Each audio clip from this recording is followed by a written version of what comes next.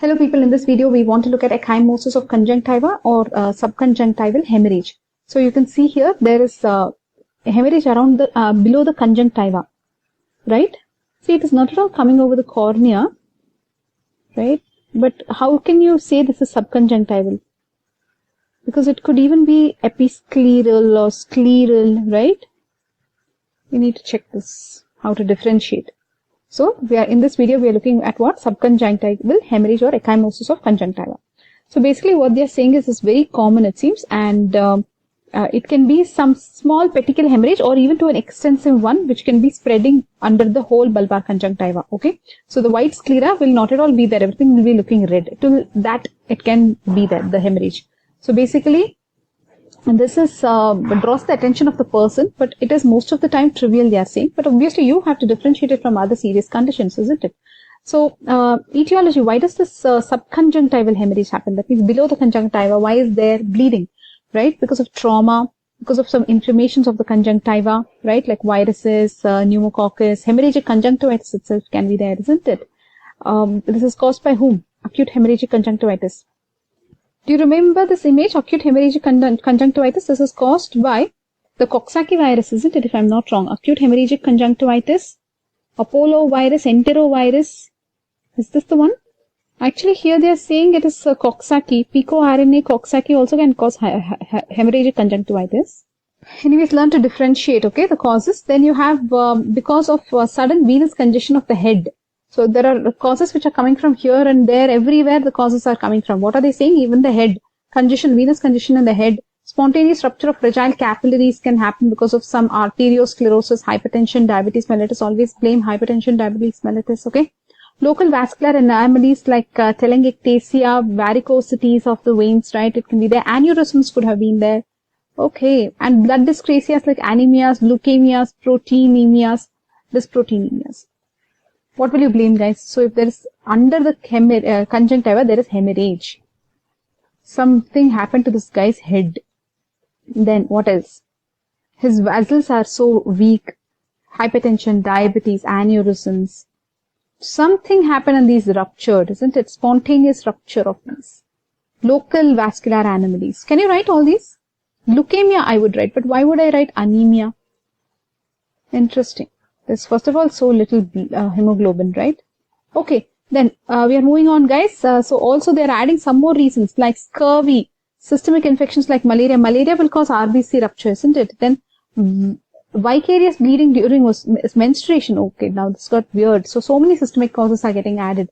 So people can have subconjunctival hemorrhage during menstruation. Okay. Then this is extremely rare, they are saying. But anyways, you should mention it if they ask you the causes of subconjunctival hemorrhage. Now that you smart people have identified the cause, but you should be able to differentiate this from other clinical conditions. So basically they are saying it is symptomless, usually symptomless. However, it can be there associated with other disease, causative disease you'll have to find out, isn't it? How does it look when you examine it? Flat sheet of homogeneous, bright red, well-defined limits. The limits are well-defined. See, it knows its limits in life. The subconjunctiva, it's like, oh, I'm not so big. I'm just a subconjunctival hemorrhage. I know my limits, kind of a thing. And when it is traumatic subconjunctival hemorrhage, the posterior limit is visible. Why? Because you hit that person from front, I'm thinking. So till some depth, it would have got affected. So the posterior limit is visible when there is a traumatic subconjunctival hemorrhage. That is what I'm thinking. But if if you cannot see the posterior limit, that means to say that there has been a head injury or injury to the orbit. That means from behind, probably it is happening, right? Some other cause. Or what am I saying? But the posterior limit is not visible in head injury or injury to orbit because it is coming from inside. Something like that you can remember, okay? Most of the time it is absorbed completely within 7 to 21 days. It goes away by itself. It will be red, then it will become orange, then it will become yellow. You have to write this in the exam. It will be red, then it will become orange, then it will become yellow. What will become? Subconjunctival hemorrhage. This yellow is so dull. It looks so much like an orange. Give me a bright yellow. Yellow? Yeah, this is a nice yellow. So red will become orange, will become yellow. What? Somebody tells you red will become orange, will become yellow. Isn't that subconjunctival hemorrhage? Yes. Very good. Next. But they are saying in severe cases, pigmentation may be left after absorption. Okay.